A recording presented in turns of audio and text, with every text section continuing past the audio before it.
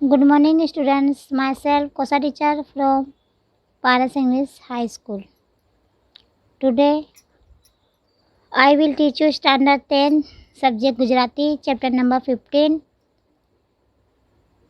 તે બેસે અહીં. એમનો કવિ છે સ્નેહી પરમાર. તેમનો જન્મ તારીખ 1/6/1971 થયો હતો. સ્નેહી હરિભાઈ પરમારનું જન્મસ્થળ અમરેલી જિલ્લાનું સનાળિયા છે. તેઓ બક્સારાની મેઘાણી હાઈસ્કૂલમાં શિક્ષક તરીકે ફરજ બજાવે છે. સરળ બોલચાલની ભાષામાં લખાયેલી એમની ગઝલો ખૂબ જ લોકપ્રિય બની છે.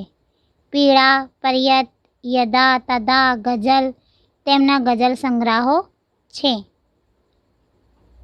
કવિએ આ ગઝલમાં સભામાં એટલે કે માનભર્યો સ્થાનમાં બેસવાની લાયકાત શામાંથી મળે છે તેનું સુંદર વર્ણન કર્યું છે.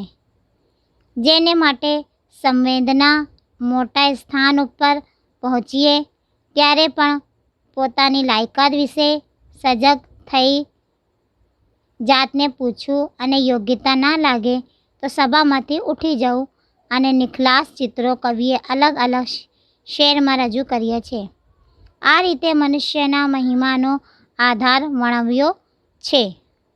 પ્રશ્નનો અને તેના ઉત્તરો દ્વારા કવિએ જાણે જાત તપાસ રજૂ કરી છે.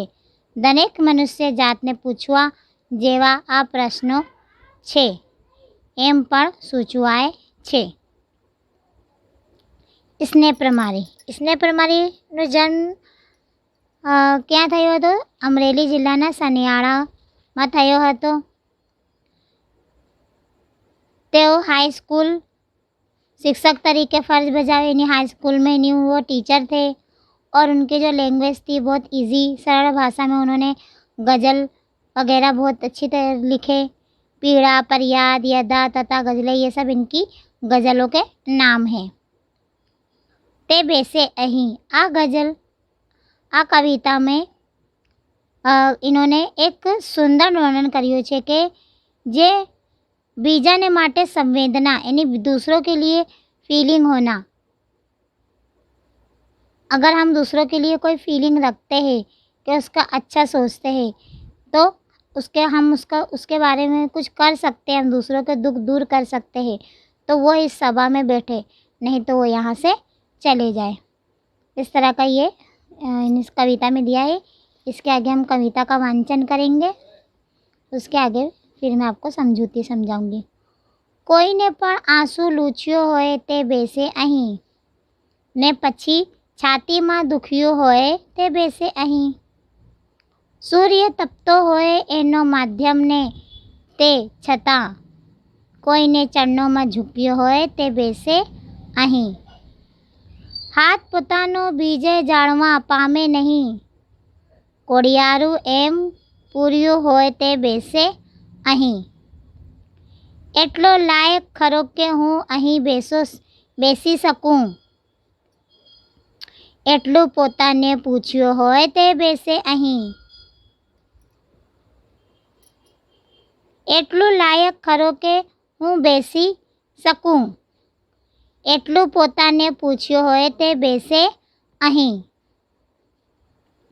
જે શરણે પોતાને પૂછ્યો હોય ને બીજી શરણે आ सभामांथी जे उठ्यो होय ते बेसे अहीं. ये कविता जो है यदा तदा गज़ल में से लिया गया है. 4 पंक्ति है. वो छोटी सी कविता है, बस समझने के लिए है. કોઈનો પણ આંસુ લૂછ્યો હોય તે બેસે અહીં ને પછી છાતીમાં દુખ્યો હોય તો બેસે અહીં. यानी कवि के यहाँ पे कवि कहना चाहते हैं कि अगर आप किसी के आंसू जो है अगर पोंछना चाहते हो तो इस सब किसी का दुख दूर करना चाहते हो, किसी की मदद करना चाहते हो, किसी की हेल्प करना चाहते हो तो वो इस सभा में बैठे ने पची छाती में दुखियो होए ते बेसी. और किसी को किसी के लिए आपको तकलीफ़ हो, दर्द हो, उसके दुख का उसके एहसास हो, तो वो इस सभा में बैठे, नहीं तो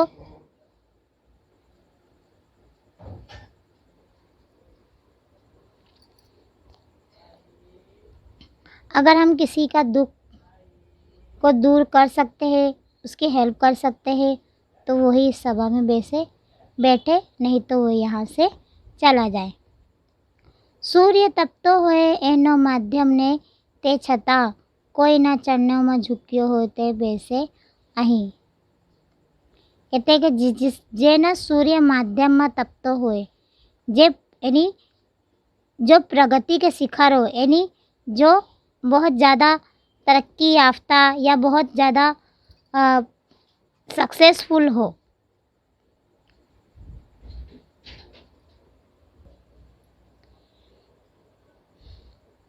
यानी जो व्यक्ति सक्सेसफुल हो ज़्यादा, तो उनके चरणों में झुकना नहीं चाहिए। अगर वो सक्सेसफुल है, उसके पास पैसा है, संपत्ति है, तो वो दूसरों की मदद करे।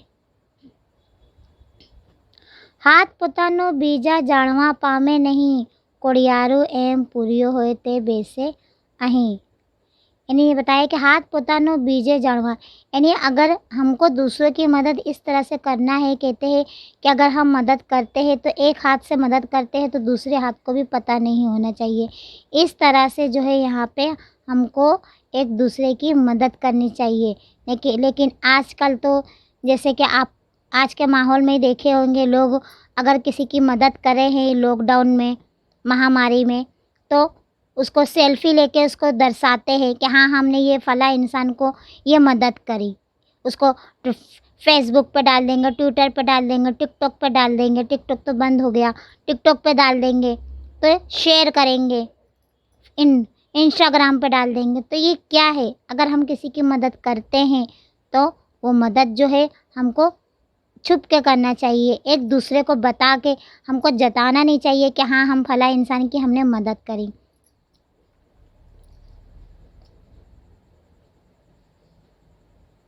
गुप्त दान करना चाहिए, कोड़ियारू यानी गुप्त दान। એટલું લાયું ખરો કે હું અહીં બેસી सकूं, એટલું પોતાને પૂછ્યું હોય તે બેસી અહીં। कि इतना हमको सक्सेसफुल, इतना लायक बनना है कि हमको इस सभा में बैठने के हम लायक बन सके और अपनी जात से अपने सेल्फ से खुद पूछ सके कि क्या मैं इस सभा में बैठने के लायक हूँ, क्या मैं इस सभा में बैठ सकता हूँ।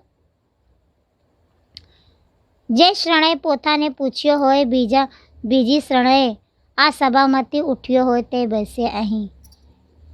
कहते हैं कि જે શરણે પોતાની જાતને પૂછ્યો હોય એમની બીજા શરણે આ સભામાંથી ઉઠ્યો હોય। अगर अपने आप को आप अपनी अंतर आत्मा से पूछते हो कि क्या मैं इस लायक हूँ, अगर आपको आपकी अंदर आत्मा आपको जवाब नहीं देती है, तो आप उस सभा में से वहाँ से आपको उड़ जाना ही वो आपके लिए बेहतर होगा। अगर उस सभा में बैठना है तो हमको लोगों की मदद करनी है, हेल्प करनी है, वो भी किसी को बताए बिना। तो ये हमारी छोटी सी कविता थी। मैं फिर से आपको शॉर्ट में एक बार बता रही हूँ कि किसी का કોઈને પણ આંસू લૂછ્યો હોય तो બેસે અહીં ને છાતીમાં દુખ્યો હોય तो બેસે અહીં।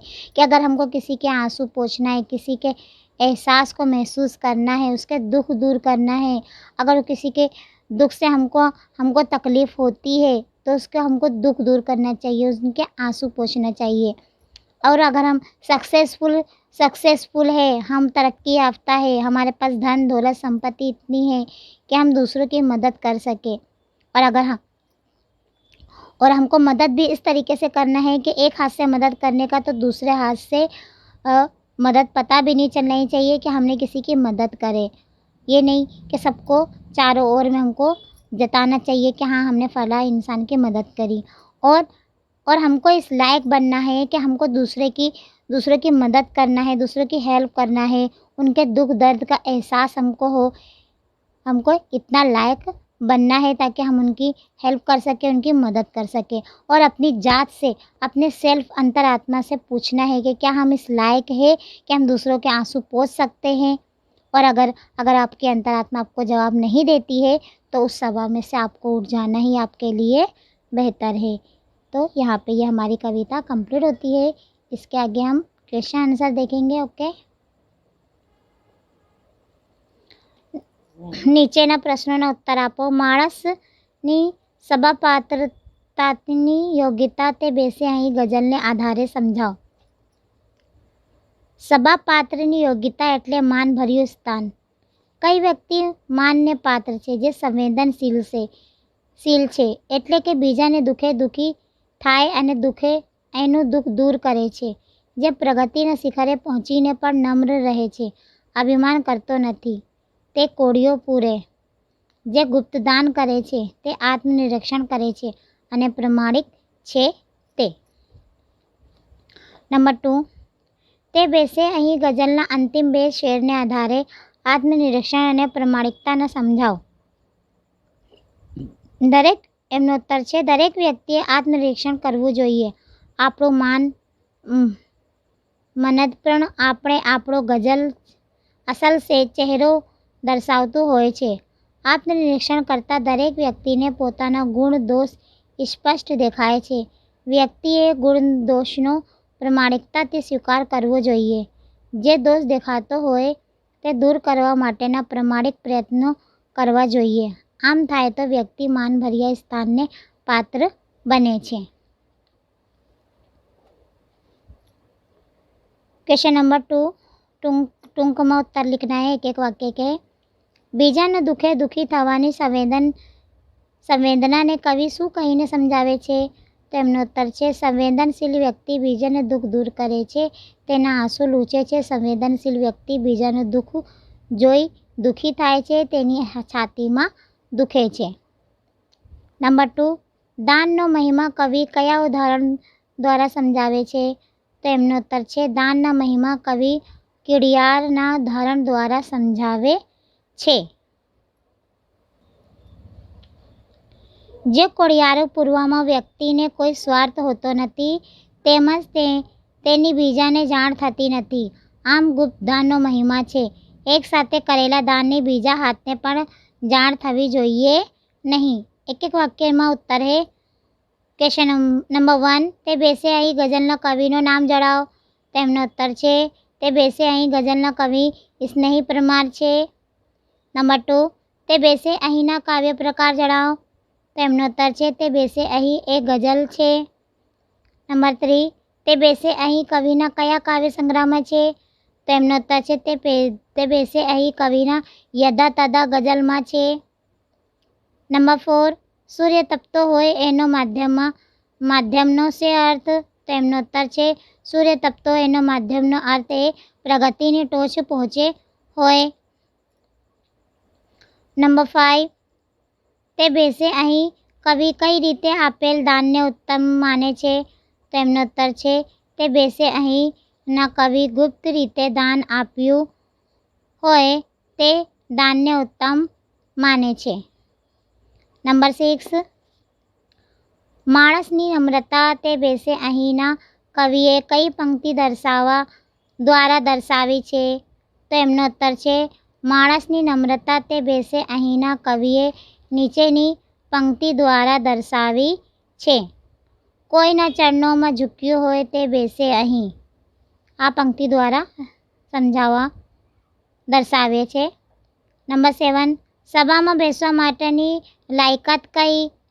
તો એમનો ઉત્તર છે જે વ્યક્તિ સંવેદનશીલ હોય, વિનમ્ર હોય અને ગુપ્તદાન કરતો હોય તે વ્યક્તિ સભામાં બેસવા માટે લાયક ગણાય।